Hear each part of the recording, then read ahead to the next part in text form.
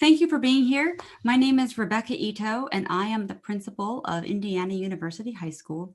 And IU High School and the Indiana Department of Education are working in partnership to help everyone through this really difficult and scary time. A couple of weeks ago, we had a webinar releasing these Phase 1 Turnkey courses. And those are on the IDOE website. And I'll show you, the website is going to be at the bottom of my presentation, but this is the website that you will access to get all of the turnkey courses that I'm referencing today. And I'll have that website up throughout the presentation. So I just want you to know at the outset that we are here to help you, and we are trying to make sure that you have the materials and assistance that you need. Let me just, okay. So as I spoke about in our last webinar, we are rolling out this assistance in phases. So the first phase, phase 1, is just to get us started. And then in the meantime, we're going to be developing resources to help teachers more and more, working with teachers to make sure that those resources really meet the needs of students. And so today I'm going to talk about how to use those phase 1 turnkey courses and go over questions that we've received and tell you about upcoming support that will be available. Before we do all of that, though, I would like to just get a sense of who's here. I see you've been introducing yourself in the chat. If you would, please, I'm going to launch a poll here. If you could, go ahead and take about a minute and answer the poll on your screen. Who are you? So what is your primary role as an educator? Are you a teacher? Are you an administrator? Awesome.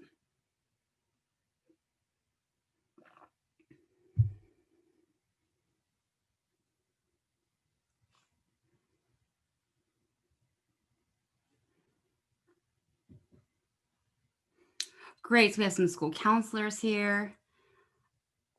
Awesome, some virtual student and professional learning coordinators. Lots of administrators, teachers, excellent. I'll leave this up for about 30 more seconds.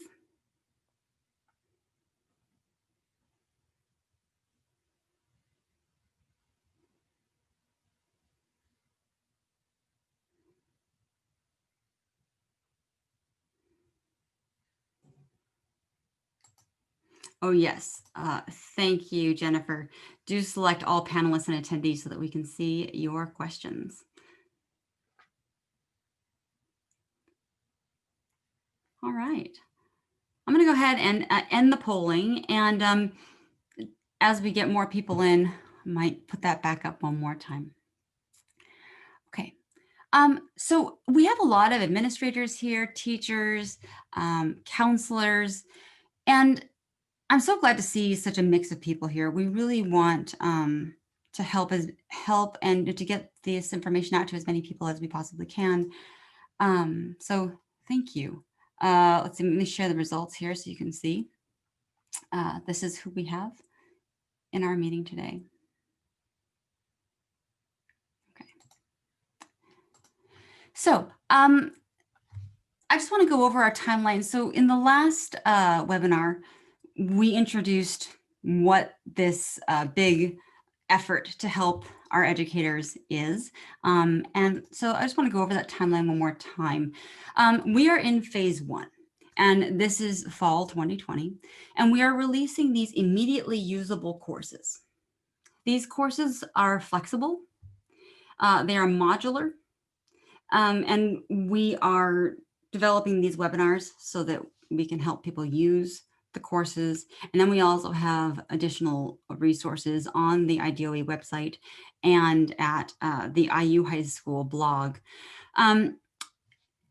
We're in phase 1, and we recognize that teachers are facing big challenges right now, and that's why we've released those courses now. That's the immediate help that we're offering, and we're continuing to develop different ways to assist you, and I'll ask you about that at the end of the webinar. In the meantime, while we're doing that, we're also getting into phase 2, which will really launch in the spring and summer of 2021. And that's going to mainly be comprised of a course design academy. We're going to ask about 150 teachers to join us, educators, so teachers, administrators, IDOE folks, as many voices as we can get together to help us understand what our students actually need in this time, what our teachers actually need in this time, and then design courses, online courses that are useful and usable by everyone throughout the state, and modular and flexible enough to fit individual population needs. Once that happens, we will be relaunching phase 3.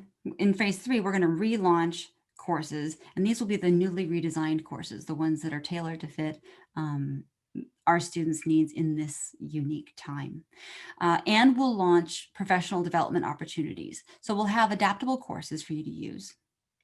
And we'll have learning opportunities, including some self-paced learning opportunities, some actual credit-bearing courses, trainings, certificates, and license edition opportunities as well.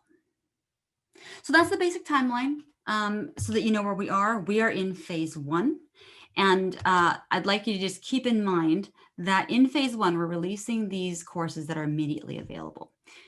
These courses were originally designed for an asynchronous online setting. And that's a really important thing to remember. We wanted to get materials out to you quickly. And so we've offered already vetted, already used, and courses that are already being used. But remember that these courses were originally designed to allow students to explore content and concepts independently, to really work on their own and then ask questions and seek assistance when they needed it. And they're designed in such a way that the teacher can give targeted feedback on individual performance. They were not designed to facilitate a lot of group work. These courses do not have a lot of, some of them have videos, but there's not a ton of that. They don't have features like live sessions, but that doesn't mean you have to use them the way they were designed. What's really neat about these asynchronous courses is that they're so flexible that you can use them and adapt them in any way that fits your needs. So I just want to frame what we're going to talk about with this, okay? Please keep that in mind as you explore these courses and as we move forward, and know that newly revised courses are coming soon and will be ready for you in fall 2021. Okay, at the bottom of every slide, almost every slide moving forward, you will see that URL. That is where you can go to access our courses. This PowerPoint and the materials that I present here will be there as well. And we'll keep releasing information at that website. Okay, so this is a webinar about how to use those turnkey courses we released. And the first thing we need to do is talk about what they are and what they are not. What they are. This is a set of full course materials that you can adopt as is. You can adapt them as you like. You can, in terms of just taking pieces of them and using them in a way that works for you, or you can adjust them, change them. It's completely up to you. Use the materials as they fit you. For instance, if you're covering Impressionism and a question doesn't quite get at what you like, feel free to use that as a model, a template, or even just something to inspire your thinking. So know that you can use these course materials any way you like. These are supplements and complements to your existing practice. These do not need to replace anything unless you want them to, but they can just be supplements, and we'll talk more about that as we move forward. This is a repository of existing courses. As I've stated, these are courses that were already built. They are not perfect, and they were built for a specific audience. So just remember that and use your professional judgment as you use these materials. And do know that this is vetted content. This is content that was built by Indiana licensed teachers. Many of these courses, all of these courses, were built in partnership with faculty at IU and content experts, domain experts, and they are courses that are being used by students. So we know that they're usable.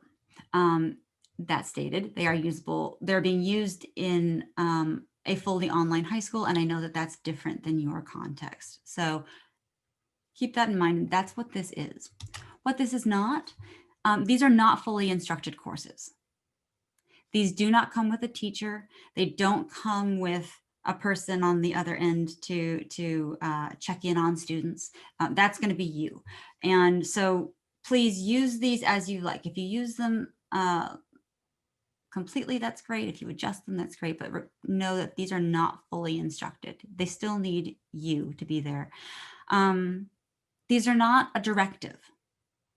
These courses are not telling you what to do or how to teach. This is just a set of resources for you to access so that you have some supports and some materials that you can implement should you need them. This is not a replacement of you or your expertise. And at this point, I'll say, make sure that when you do use any of these course materials, that you really look at them. Make sure that they fit your own pedagogical understandings and your own curricular needs. In these courses, I have highlighted in yellow places where your input would be needed. For instance, we did not put exams in here in part because of security reasons, in part because we don't want students to be tested on anything that they weren't taught. And the exams at IU High School were built for courses that were going to be used as a complete course. So just use your expertise and look at the materials and decide, is this appropriate for your students in this moment? And if it is, great. If it needs adjusting, please do that and use them as it works for you. And the big point here is this is not a foolproof solution or a blanket fix. We are not claiming that these courses are absolutely the answer for every student everywhere. We all know that our students are unique, our populations are unique, and this is a very difficult time and different students need different things. Hopefully, in the rest of this presentation, you'll find ways to use these courses that really help differentiate in your classroom, really help to supplement the needs of students who are learning at home, and just fill in any gaps that you are noticing. All right. Okay, so let me check the chat and see if there are any questions.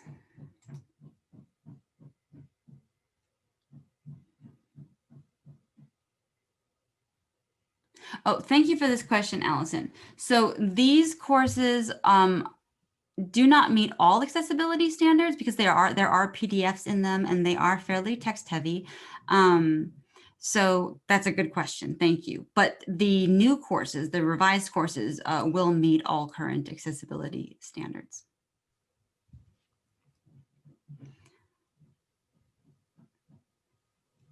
Rebecca, there's also a question about the Google folders. Oh, great. So we are, and actually I'm going to have a question about this at the very end about what we need to prioritize. We recognize that some schools don't use a learning management system, and therefore the files that we have released are not usable. So we are expecting the Google folders to be available before January. So in December. It's been a bit of a challenge to figure out how to quite structure those when Google documents get really long, they get a little wonky. So we're making those as usable as possible, but we'll have those before January. Rebecca, can I insert something here? This is Jennifer Jensen. Absolutely. So this is I'm about to probably break some rules, but one thing that you can do, because I know we don't really like to promote products necessarily at the Department of Education, but Canvas does offer a free like teacher access. So you can create a free Canvas account and download the courses that are available and look at them and see what you still might want to use even before January. I know we have a lot of schools that are looking to go virtual starting on Monday or possibly starting on the Monday after Thanksgiving. And so I just wanted to throw that out to you. We can also try to find some information about how you could do that. But that is an option until we have those Google resources available. Thank you, Jennifer. That's a great quick fix. Dieta, oh, thank you. So, okay, great question. So you asked, can students receive high school credit for these courses? All of these courses are full high school courses, save the exams for security reasons. But what we've offered are just the courses themselves. They're not fully taught. So these would be materials that you can use in your course that your students could receive credit for. I don't know, Jennifer, if you want to jump in here too for this, but basically we're giving you the materials, the course materials to use that you can teach. So yes, your students would earn credit for your teaching. I can try to help out too. I mean, what Rebecca has said is all true. But think of this more as, I mean, you still have to have the high school teacher, but these are the courses that we have chosen in LinkedIn are high school courses that relate directly to one of our Indiana high school course codes. So you have that, and I'm seeing that some details on how to download files to a free Canvas account would be beneficial. My team will start working on that for you as soon as possible. So look for something up on that website by the end of the day tomorrow. We'll see what we can do. And keep asking those questions because we want to make sure you have the information that you need. Absolutely. Thanks so much, Jennifer. And thanks for your questions. Keep them coming. Okay, so the next phase.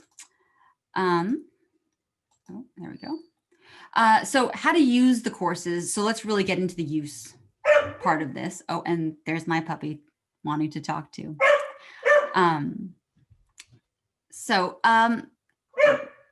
One thing to remember about the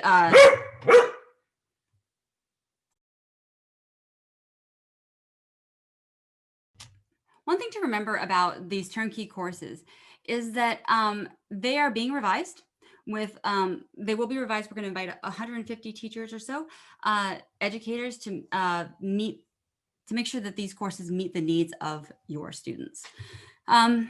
These phase 1 courses and materials are available to assist you as we build the new courses for the fall. So just keep that in mind. How to use these courses.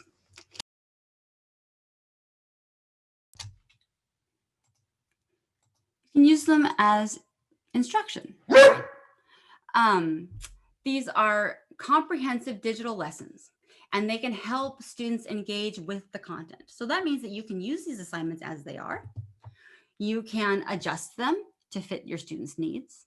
You can adapt them to your existing curricular structure. So let's say you like a single question, or there's a lesson that gives you an idea for an activity. Go ahead, adjust it, adapt it, use it. We want you to feel free to really play with these materials. We recognize that they're not a one-size-fits-all, and we wouldn't claim to make them that way. So please go ahead and play with them in your instruction. You can also use these materials as enrichment. So what's neat about these courses is that they were built asynchronously. And so they're flexible and they can facilitate differentiation and personalization in your classroom. So for instance, maybe you need your students to just practice and review some concepts. Go ahead and use the problems in the Algebra 1 courses or the chemistry courses to let students practice. Maybe you're reading the Scarlet Letter and you want your students to just really have an opportunity to dig into that book, and you need some more questions, just give them study opportunities. Use these materials. You can also use the materials to remediate understandings. So if you're noticing that some students are struggling or need a little more support or just need a little push, you can use these in that way as well. You can remediate not only in the sense of filling in any gaps, but also we recognize that students may be at home and not know how to research on their own or find new study materials. You can use these to help a student along in that way as well. And you can use the materials to extend learning. So let's say you have a student who always speeds through everything or gets really curious or just wants to understand more. There may be elements of these materials that you find would really inspire a student, get them to think a little differently. Questions that maybe you haven't asked that you'd like to be able to give a student, you can use the materials to extend their learning as well. And so that's how you can use these materials for enrichment. You can also use these courses as assessment. So you can evaluate student activity to gauge understanding, to adjust practice, and build relationships that support learning, right? If you use these assignments as diagnostics to assess their understandings, that might help you to know what they know, get a sense of how they're thinking, because these are questions that weren't written by you. So that means that maybe the question is asked a little bit differently, and perhaps it will give you insight into a student and how they're thinking about certain concepts. It can also help you to build and maintain relationships in individualized disciplinary feedback. And this can be used in two ways. One, let's say you already have your lessons built and you start seeing that a student might benefit from a little more practice or a little extension of their learning. This is a way to say to a specific student, hey, I see you. I see that you need this support, these supplements, this complement to your learning. Here are some materials, and you don't have to go make them up. You don't have to go looking for them. They're right here. And you can actually engage in individualized feedback conversations with the students around these materials. So I always encourage my students to respond to the gradebook comments I leave in a class, because they can, right? One neat thing about online learning is that unlike the brick and mortar space where that paper might get lost or crumpled in the bottom of their backpack or thrown out, or the dog ate it. In online courses, you can post your feedback on the gradebook and then ask the students to respond, right? And so you can engage in conversations with them around the work they're doing, whether that's content that you provided or these turnkey courses. And if, again, you can assign very specific supplemental materials to the students with these courses. And that will just give you a better sense, a bigger picture maybe of what your students understand and give you a way to differentiate in this online space. And you can use these courses to hold students accountable. Right. Students are at home, and sometimes if they have to do that calculus homework, they'd really rather do anything else. So this is a way to give students an opportunity to show you that they are working, right? You can offer independent study and practice options. and however that manifests in your classroom is good. You can provide choice in supplemental activities. This is another set of materials, right? So you could offer choice and say, well, here are, several options for how to complete this assignment, or how to study, how to practice, how to review. And you can facilitate flexibly paced learning for those who need it. If you see someone who is speeding right along or is falling behind, you can use these materials to help that student get on pace, right? Maybe they've fallen so far behind, and the course is structured such that you feel like, wow, they really need some supplements here. Maybe these course materials might be useful in that situation as well. Now, you don't have to just remember all of this stuff. I did create a document that we'll make available on the website about how to use these turnkey courses, and it has everything I just explained right there. Short, sweet, succinct, and the website for accessing all of this information is right at the bottom of the document, and of course at the bottom of this slide. Okay, I'm going to stop there and ask Jennifer and Keandra to help me with field questions. Let's see. Sorry, I was looking up some information. Some of the questions were about if it will work on Schoology and some different platforms. I did put in the chat on our website in the introduction. We do have directions for how to import the common cartridge into Schoology, Canvas, and Moodle. So you can find all of those introductions there. Anything that uses common cartridge will be able to consume these files. So if there's another LMS that we don't have listed, but maybe your school uses, and it does allow for common cartridge, then you can have that, and you can certainly let us know if there's something else that we can add in to our webpage. I know it says Moodle has a 45-day free trial, but I feel like there's actually something through Rose Holman and Prism that allows you to use Moodle for free. So I still want to see if I can find that information for you. I do see a question from Kimberly that says that this was about computer science and resources we could use for the required computer science courses next fall. This is not specifically about computer science. This is about, in fact, currently for immediate use, there is not going to be a computer science course available. There is a computer science course, I believe, in development, and I'm not sure if it will be ready in the fall or not. I can let Rebecca comment on that. But again, I'll remind you that all of the courses that we have here still require a teacher. So this is not like this is not a magic bullet for being able to offer computer science without having a teacher.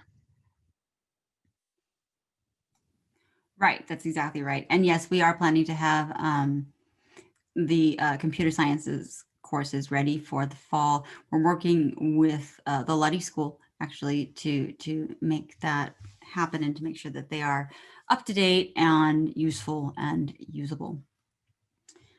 I also see a question in the Q&A.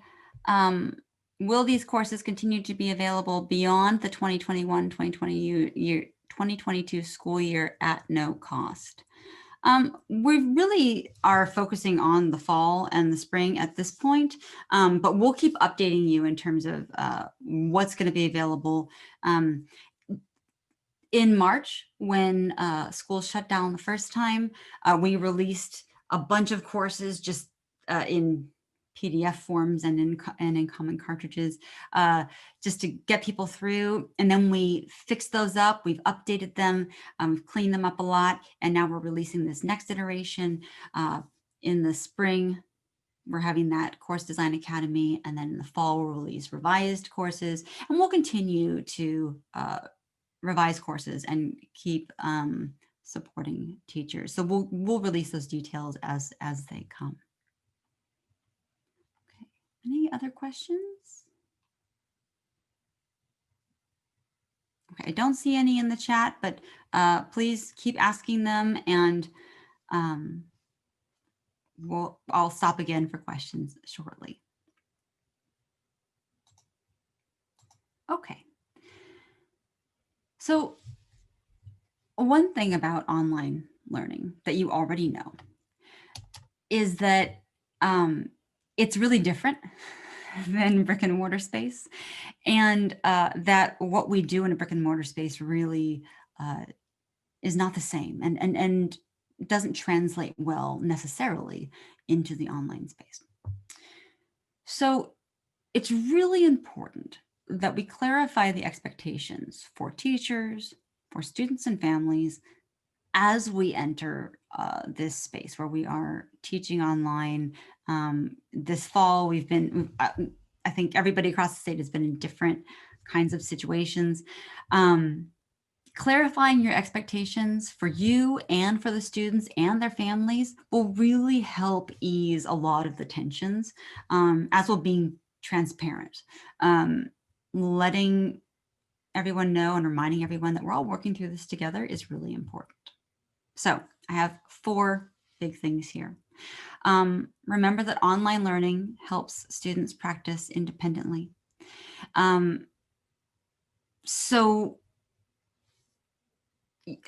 my last point here is that we need to provide the structure for the students to help them succeed. Remember that we are all learning to learn online while we are learning new concepts, and that's hard. Simply because we know how to use the internet informally via social media and not in a classroom setting necessarily, it doesn't mean we know how to learn online. We've been trained that learning feels and looks a certain way, and it really doesn't look that way online, and that's okay. So then the next step is to clarify our expectations, understand what we need from our students and what our students can expect from us, and then offer them the structure and the supports to move forward successfully. So let's take a look at those expectations. Expectations for teachers. The biggest thing you can do to support your students is to reach out to them, to check in with them frequently. Schedule regular check-ins, reach out as much as you can, and really get to know their situations. It helps to get a sense of what's happening at home, how much support they have. Check in regularly. Just sometimes, even if they're not responding, knowing that you are there helps. IU High School is an online high school, and we started a book club about a year ago, I suppose. And I guess about 2 months ago, a student graduated and they shared with me how much they loved the book club. They thought it was the best thing ever. And I had no idea they were participating. They were reading along with us. They were reading our comments and reading our chats and reading the books, but they'd never told us that they were doing that. So just because they're not telling you a certain thing doesn't mean they're totally checked out. So just check in and try to get them to respond to you. This student in particular did, right? I kept reaching out and they responded back to me. Make sure that you provide useful and usable feedback. In an online environment, a lot of text is tough, and we recognize that our courses are fairly text heavy as it is. Make sure that any feedback that you give is really immediately implementable, and that will help a lot. And as I mentioned earlier, encourage students to reply to your gradebook comments. That's something that can facilitate a really neat conversation and help you and the student understand where they are in their learning. The next one seems kind of obvious, but invite students to ask questions. It's so interesting that often we find our students at IU High School don't ask questions because they think that we're robots, or they think we're not there, or they think we won't answer, even though we do check in. So ask them. Do you have any questions? Invite them to communicate with you, and do so more than once, right? And these are all things that we know as teachers, but for some reason in the online environment, it feels a little different. So this is just a reminder of things that we can do to help. Um, Another thing you can do is establish clear schedules, establish clear routines, and establish clear deadlines. These are things we do in a brick and mortar space. In the online space, things feel so uncontrolled sometimes that it's nice to be able to say, hey, I would like you to work at this pace, or use this kind of study routine, or meet this deadline. That can really help a lot. And then remember that this is hard. And it's hard for students too, and it's hard for their families. And what we always talk about at IU High School is that when students and families are upset, it's often not about us, right? It's a combination of things. It's the scariness of the situation, and the difficulties that they're facing, and the technology, and the weird new feeling of learning. So just remember that this is hard, and it's hard for students too. So then what do we expect of our students and our families? Basically the same things, right? We expect our students and families to check in regularly and to reach out frequently. Tell your students and families that. Let them know that you expect them to reach out too. It's okay to help our students learn how to reach out, right? We expect them to read the feedback and actually apply it to new assignments. Again, these are things that we expect in a brick and mortar space, but it feels different online. So that's why I'm putting it up here. Let them know that you expect them to respond to your gradebook comments. Ask them to show you that they know what you commented, right? Ask them to show you that they know what you said, they understood it, and they understand how to apply it so that they can move forward. And again, as I stated earlier, that's a really nice thing about the online space, is that all of your feedback sort of lives online in that course. So unlike the lost paper or that big portfolio in the back of the classroom that I had, students can go right to their gradebook and look at the feedback if they don't remember what you said about paragraphing or essay structure or a certain concept. Expect your students to ask specific questions early and often. That comment, I don't get it, is really, really unhelpful in the online space, because we don't know what they don't get, because it's hard to see their faces, especially if you're not having synchronous video sessions. It's really hard to know what students are struggling with, right? We rely a lot in a brick and mortar space on physical cues, right? On that scrunched brow, on that the hunched shoulders, or the tearing their hair out kind of thing. We rely on that. So we need to help our students learn how to ask questions, how to be brave. That can be scary, to ask questions. So ask them to ask questions early and often, and remind them that you are there to support them. Expect your students and families to follow the schedules routines, and to meet the deadlines that you set. That will also help them. The longer students in an online space especially put things off, the harder it is to catch up. And I remind students of that all the time. So expect them to follow those routines and schedules. And you can remind them that this is hard, and that it's hard for you too, and that we're all learning in this together. I remind students of that all the time, and our school is an online school. This is hard. And especially right now, everybody is learning how to navigate these waters. I'll say here, I titled this Expectations for Students and Families, because especially in the online space, it's important to consider what's going on in that student's world, not just in their own individualized space. And it's important for the families to understand what's happening in the classroom. That kind of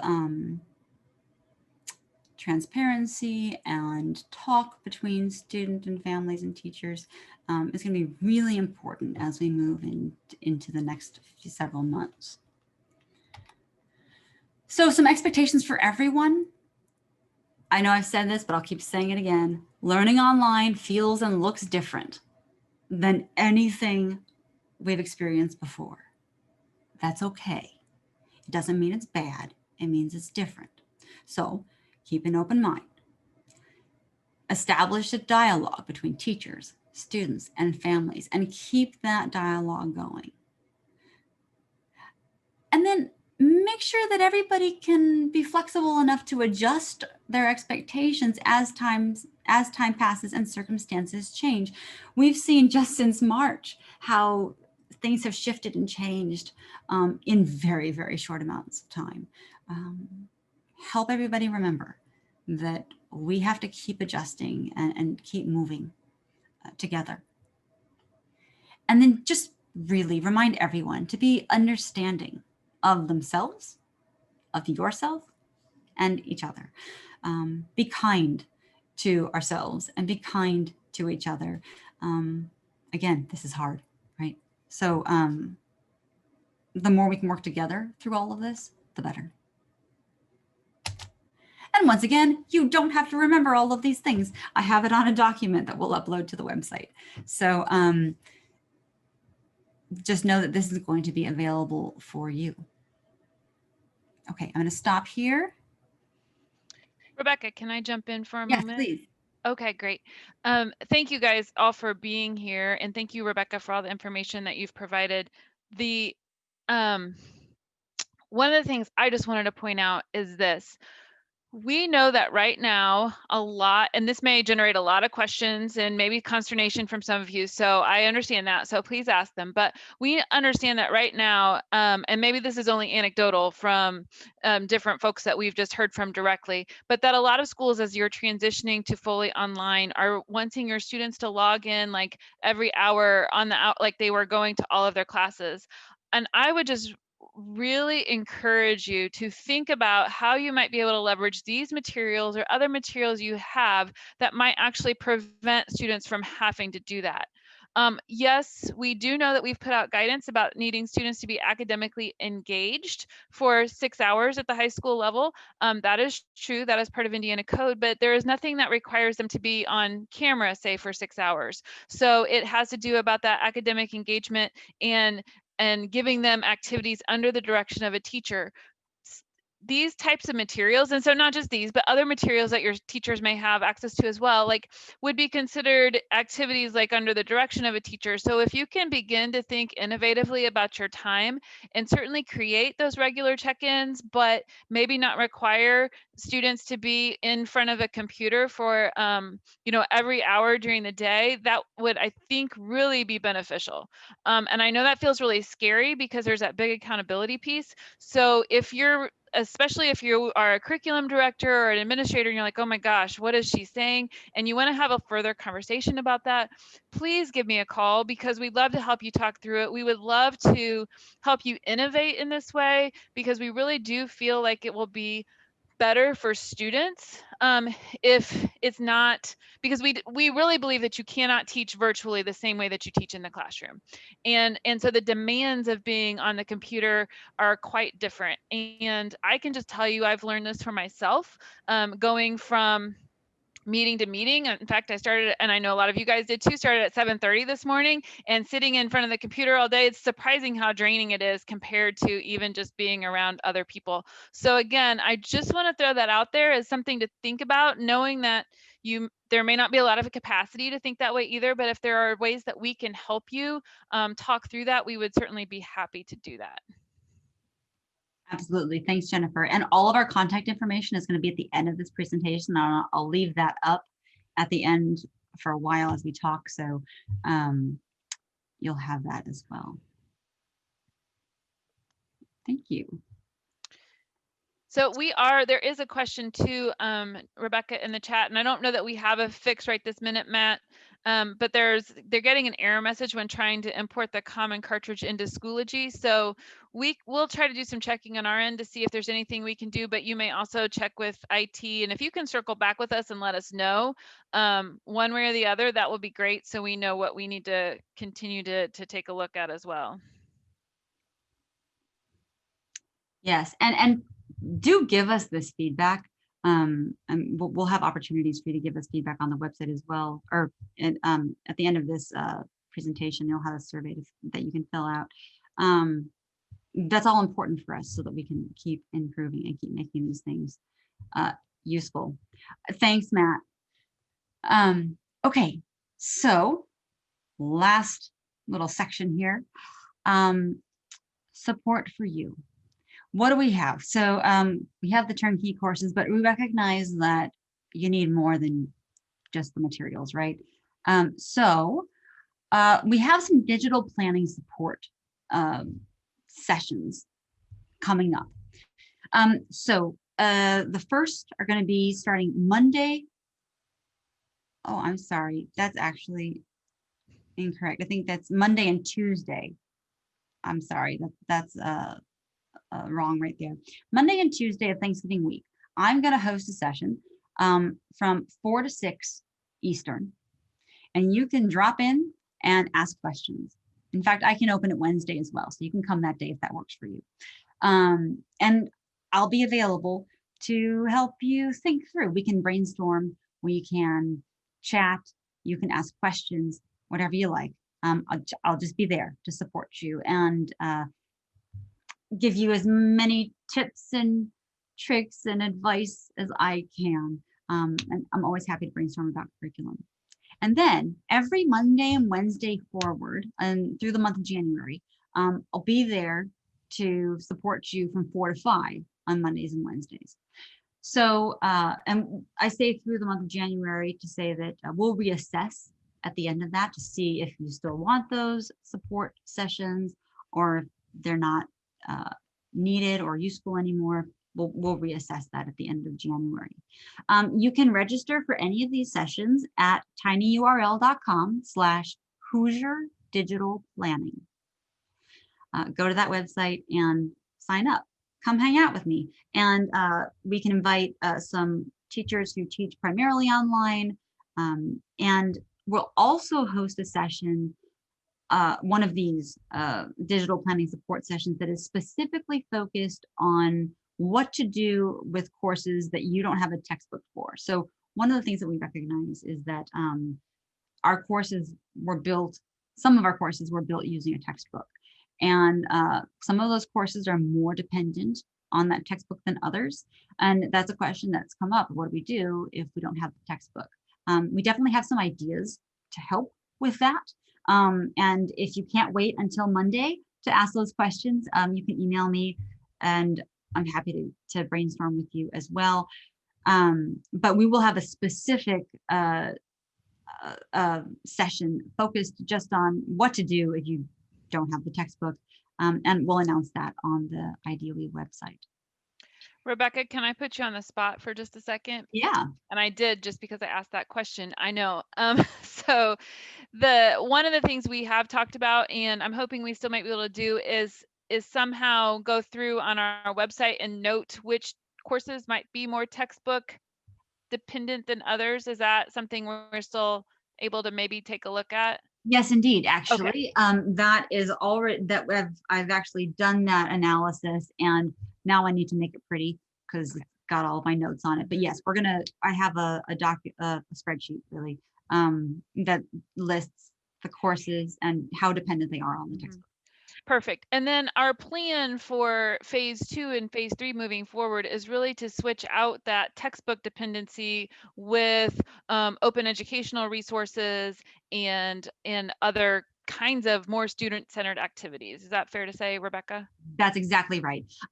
The revised courses will not use a resource that you have. They will use open education resources that will be available and updated, so we don't have to deal with textbook adoptions and finding a textbook and all of those things. Thank you for letting me put you on the spot with that. I know that was one question. Another, I guess, maybe warning and something I'll throw out there a little bit is if you are a Chromebook school, a number of the currently a lot of the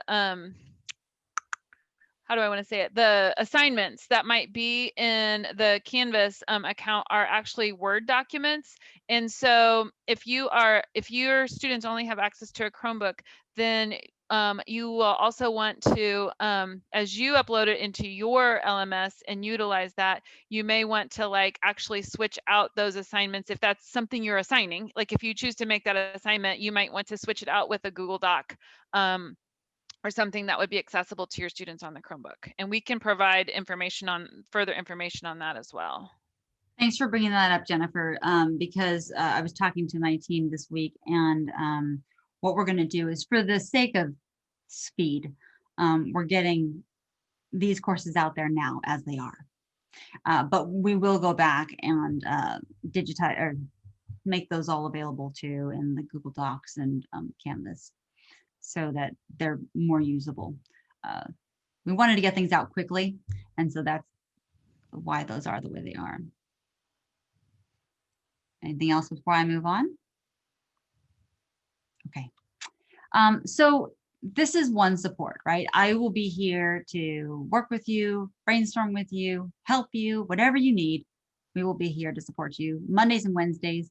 And I forgot to write the Tuesday on there of next week, Thanksgiving week, if you want to work with me. Okay. We also have other materials available at the IU High School blog.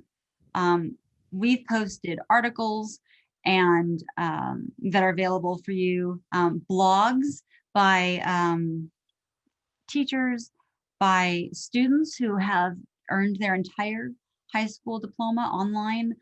We have this a set of, I guess, a set of lovely pieces by a student who earned her entire diploma online, and she in the first one talks about what her experience was, and in the second one actually gives tips to students for how to learn online. It's a lovely piece. It's well done.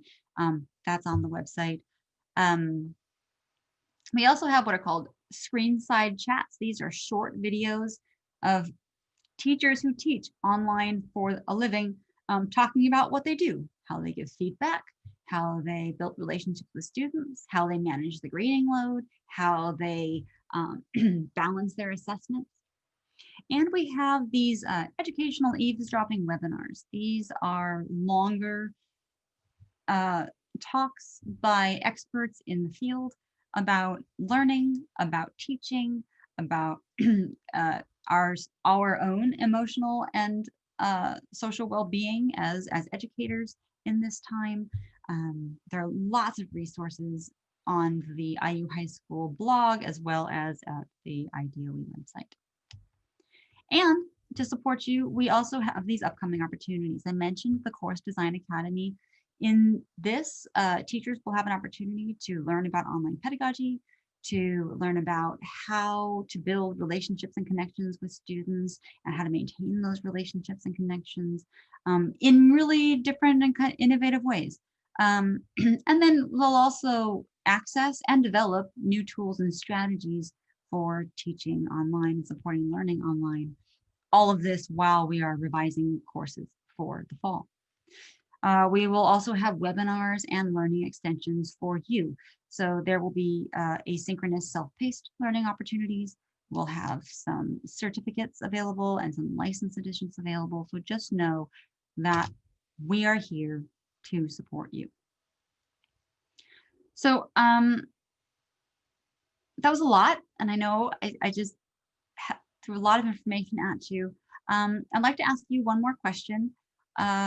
I want to ask you what we should prioritize. So we are working to get as many resources out as possible. But what would really be helpful is if you would just quickly respond to this poll here. What kinds of support should we prioritize? I'm going to launch this poll. Should we prioritize offering Google Doc versions of all of these courses? Should we prioritize hosting more webinars or facilitating general support, facilitating specific support, something else? Tell us in the chat.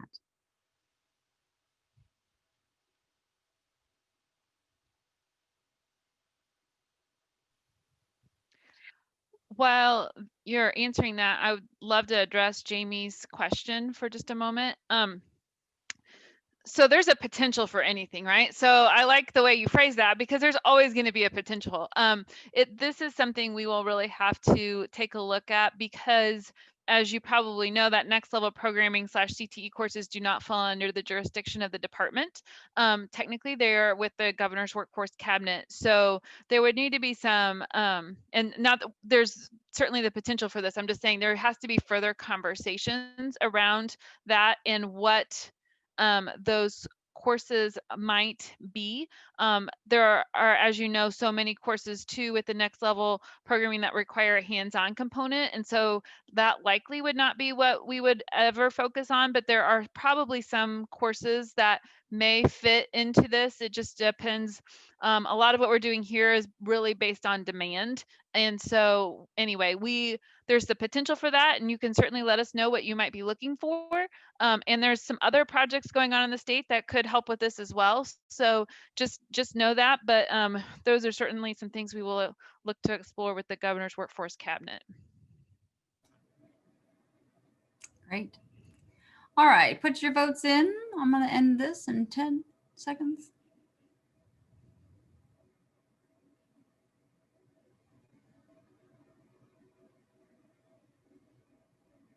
All right.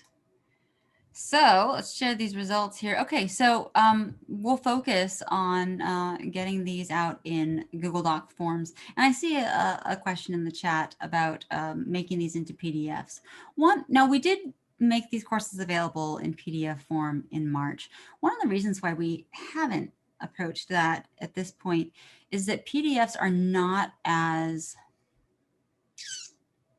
usable, frankly, as documents, and they're not as modular. It's harder to take them apart, but that's not to say that we couldn't consider it. So after this and after the survey that I'll ask you to fill out, we will all come back together at the DOE and with my team and talk about all of the questions that you've raised, including this one, and make sure that we're providing as much support for you as possible. One thing we know about PDFs is that they're not typically readable by screen readers, so making them inaccessible for those who might need that type of assistive technology. So as we move forward, that's one of the things that we want to make sure that we are attending to. Yeah, exactly. So we'll keep talking through this. Thanks so much for that. Okay, I'm gonna stop sharing these results and take us through the last bit here. At the end of this webinar, once it ends, you're going to see a link, and I believe there's an email that's coming to it's a survey. It's a very short survey asking questions about how we can assist you. So please put your comments in there. Let us know, give us feedback on this webinar, on what you need and how we can help you so that we can tailor what we do to you. This is our contact information. Please contact us. We are available for you. We are here to help. So that's the end of my presentation. If you have any questions, you are welcome to put them in the chat. It is 5:59, so I ended just on time, but I'm happy to stay on for a few minutes and answer more questions. Thank you so much for being here.